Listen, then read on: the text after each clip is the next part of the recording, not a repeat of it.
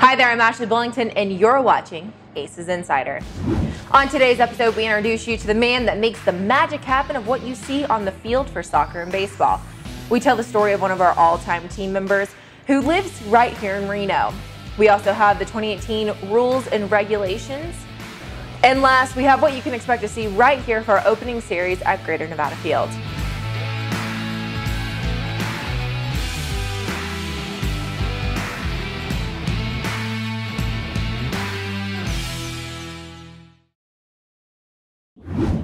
There's more science than you can ever imagine that goes into making what you see behind me a reality.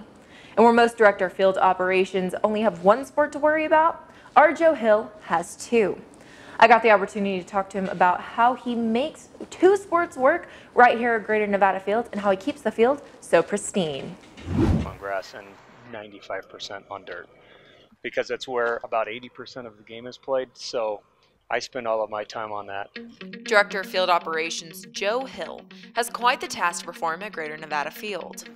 He maintains a baseball diamond for the Aces and a soccer field for Reno 1868 FC. It's really like a master plan type thing. We built an operation to bring soccer into this ballpark, and it's been done before. The Yankees do it, the Tulsa Rough Riders do it, Louisville Bats do it, and we were the fourth team to really do it, and now it's catching on. So I mean, it's becoming more common in minor league baseball, but we looked at it as an opportunity to bring in a team here and maximize this building and add 20 more events into this. So basically my job was making that operation work, fitting a round peg into a square hole.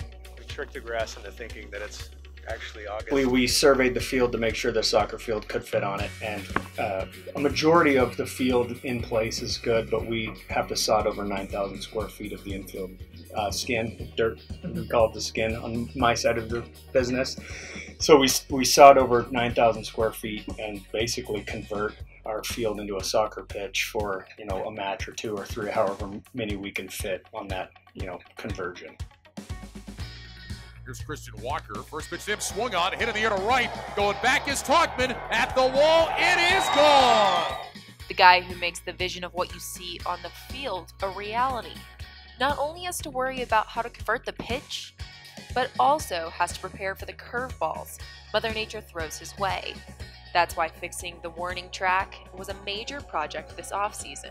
This is the old stuff here. It's super dusty and dry, and the particle size is way smaller. Where this is mostly clay. This is clay with mostly lava rock. So the warning track before that was built originally with this field was never really built correctly.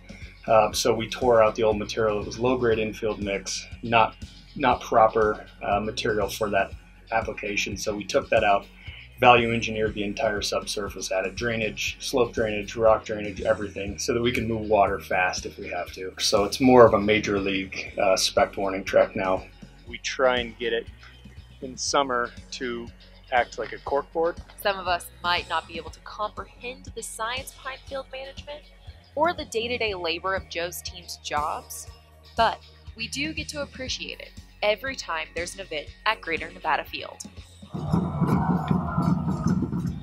We take a lot of pride in what we do, and we want people to know that when we have a soccer match right after a baseball match and then go back to baseball, that we want them to not notice that it's happening. So we spend a lot of time here making sure that this place is absolutely perfect for them. Joe, thank you so much for letting me follow you around for the day. My mind was blown learning all the things that go into your job. How many people waste a normal day waiting for a great day to happen? In our next story, that's the quote that took a young boy growing up on a sheep farm in California right here to Reno and catapulted him into the big leagues. I always thought it was kind of funny, the term work hard at baseball, no, I'm just going to play baseball a lot. I enjoyed that. That was not hard work for me. And it was just kind of normal, and I think that came from my upbringing. An upbringing that started on a farm in California, Conrad Schmidt always knew the value of hard work, learning at a young age from his father that dedication was a must in order to succeed. Taking the grind of ranch life into the batting cages, Conrad found his passion for baseball in the countless hours of swinging a bat. Daryl Cooey, the owner, realized that I had some talents and pretty much gave me a job, and I would just clean up, take the trash out in exchange for time in the cages, and I would just, as soon as it closed, I could get an hour in every night, and just I would hit and hit and hit and hit, and I loved it. That dedication would propel Conrad into the collegiate level, earning him the opportunity to play at Santa Rosa Junior College, then the University of Arizona, and finally the University of Nevada, Reno, where he would not only find a college, but his home. There's all these banners on the outfield with alumni who have made it to the big leagues, and I'm going, holy smokes, I had no idea there was this many guys that made it to the big leagues. That was a big motivation because my whole goal was to make it to the big leagues, right? So I knew that there was a serious program, and Nevada, Stolte, and head coach Gary Powers just kind of welcomed me and said, you know, we'll take you. You know, we'd love to have you. And they were really good to me, and I just felt really comfortable in Reno. It just was a fit. Sometimes when you're a person and you've been kind of all over the place, you roll into a town and it's like, ah, this is it. Conrad had a great year playing for the Wolfpack, but would go unsigned yet again in the first-year amateur draft. Conrad could have given up on baseball, but he knew his journey wasn't over yet.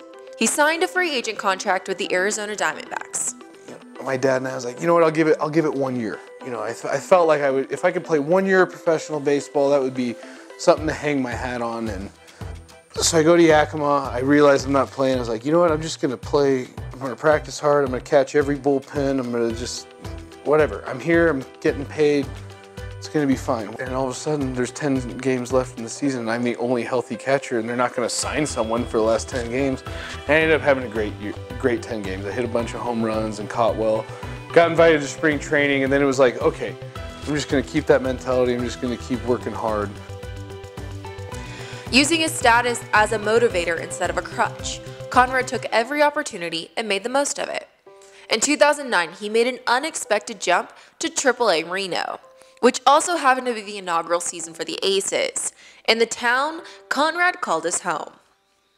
I was excited that year because I was in the Diamondbacks organization, and the Diamondbacks moved from Tucson to Reno, Nevada, and I had this connection. I already decided, even if I didn't play professional baseball, that I was probably never going to leave Reno. And anyways, I went from A-ball to AAA that year, and so that was, I got a taste of Reno, and that was just pretty awesome. I mean, it's a special place, special baseball city for sure. In 2010, Conrad was placed in AA in Mobile, Alabama. He wanted nothing more, though, than to be here in Reno, but the organization had much bigger plans for him. Mike Bell was in town, the farm director, still a farm director for the Diamondbacks, and I played for him. He was my manager, and he goes, hey man, I just want to let you know you're a big leaguer. And I was like, I'm a what? Though every ball player's dream is to play in the MLB, Conrad's most memorable time playing professional baseball was at home in Reno. He says 2012 was one of the best years of his life. Not only did the Aces win the national championship, but he started dating the woman that would become his wife. 2012 was super special. There was a buzz around the Reno Aces. I mean, we were so good. But I started dating my wife. I got to share that season with her. And just being part of that experience with him, that magical 2012 season was one of the best years of my life as well, outside of baseball too, but it was pretty fun to be able to say, you know, we went there, we did that, and we did it together. I loved playing here so much. 2012 was so special. Championship teams are always fun, but then to have that championship team experience in Reno, it's kind of indescribable. The Aces are more than just a team Conrad wore the jersey of. They're a big part of his life. He holds his time with the organization and playing in Reno dear to his heart. The now retired MLB player has received a new honor from his community. Conrad was voted to the Aces' 10th season all-time team, an award that means more to him than he could have ever imagined, validating once again that he made even normal days great ones. Once I was informed that I was selected, it was an emotional moment for me. The fact that the fans of Reno picked the players and they chose me, it really kind of validated me in my career, actually. And I didn't think it was going to mean that much to me, and it really did. It's just really special, and I think it just shows how special Reno is, how good the fans are, how much it shows that. I think it just kind of validates my connection with Reno and playing for the Aces. It was such a pleasure getting to know Conrad and his lovely wife, Sarah. Conrad, we are so excited to have you a part of our Aces all-time team. Congratulations. 2018 brings all kinds of new things to Greater Nevada Field. We have a new restaurant called Good Hops, all kinds of new food, new players for 1868 FC and for the Reno Aces, and some new rules and regulations. Here's a video going over a few of them before you get to the ballpark on opening day. Ladies and gentlemen, welcome to Greater Nevada Field. May we please have your attention as we go over some information, policies, and procedures. Greater Nevada Field is a smoke-free facility. Smoking and vaping is prohibited in all seating areas, concourses, and suites. There is a designated smoking area behind Section 115. Remember, no food and beverage is allowed to exit the facility to smoke.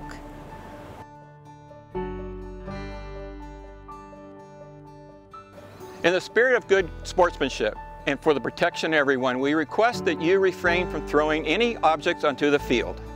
We also remind you that any spectator going onto the field or interrupting play in any manner will be ejected and subject to arrest and banned from future events.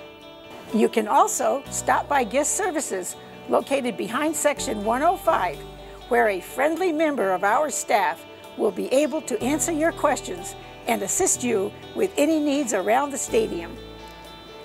To help ensure the safety of you and others around you, you can report any incident by calling or texting to 775-544-1083. Our security team will be glad to assist.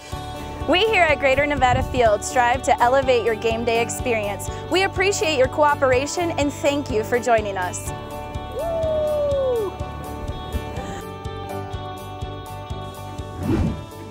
We just saw a video on the 2018 rules and regulations, and I'm here with President of 1868 FC and Reno Aces, Eric Edelstein.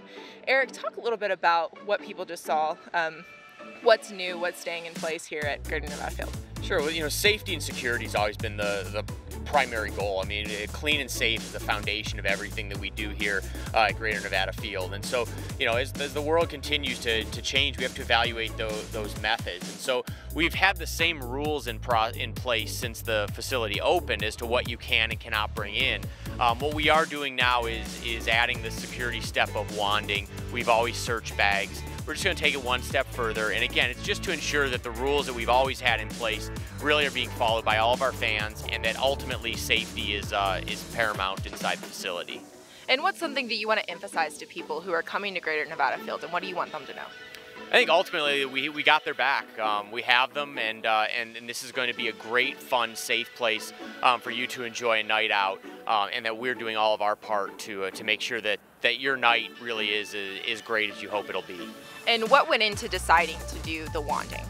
So it's been a lot of discussion through Major League Baseball, Minor League Baseball, Major League Soccer, United Soccer League, discussions with Department of Homeland Security. We've taken really the advice and the guidance of all of those different groups to create a plan that we felt first we could implement, that we actually could make sure that it happens here, and that ultimately led to, again, to the safest environment possible. And so utilizing all of their expertise together has sort of led us to where we are today. And just recently, soccer season started and now baseball season's coming. How excited are we to have both of those teams going and getting the seasons rolling? I think once baseball season starts and you've got both sports sort of happening at once, that's when this place really starts to shine. Greater Nevada Field becomes a central focal point of the Northern Nevada region, and this is the place that you gather from now till fall. It's the most wonderful time of year and my favorite season. Yes, I know we're far from Christmas, but baseball is finally back, and I know I'm not the only person excited. With the Reno Aces kicking off their season on April 5th, we have what's to come for you guys right here at Greater Nevada Field and our first homestand. April 5th is opening night and our first Thirsty Thursday presented by Coors Light.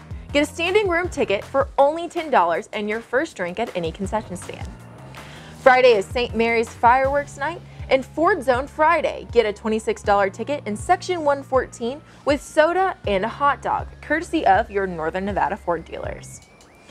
April 7th, we have a really cool giveaway for you guys. It's our 10th celebration fleece blanket. We're giving it away to our first 1,000 fans that walk through the door. April 8th is Dollar Menu Sunday, brought to you by 106.9 FM and Bonanza Bingo Day. Our last day of the home series is Monday at 1, and it's a Military Monday. So many cool things coming up at Greater Nevada Field for our first homestand against Fresno, and I had to take this opportunity to show you the awesome fleece blanket that we're giving away to our first 1,000 fans on Saturday. For tickets or more information, go to renoaces.com or call 775-334-7000. Thank you so much for watching Aces Insider. We're going to close you out with highlights from the 2017 season. Marte, 3-2 pitch, swinging a drive club to center. Cowgill racing back. He looks up. It is over his head, and it is gone. Swinging a little looping line drive. Marte reaches up, makes the catch. Away. Brignac swings ground ball hit off Miller's foot, rolling towards the third baseline. Jarrett over to get it, off balance throw to first on a hop. Walker digs it out, and they get the out.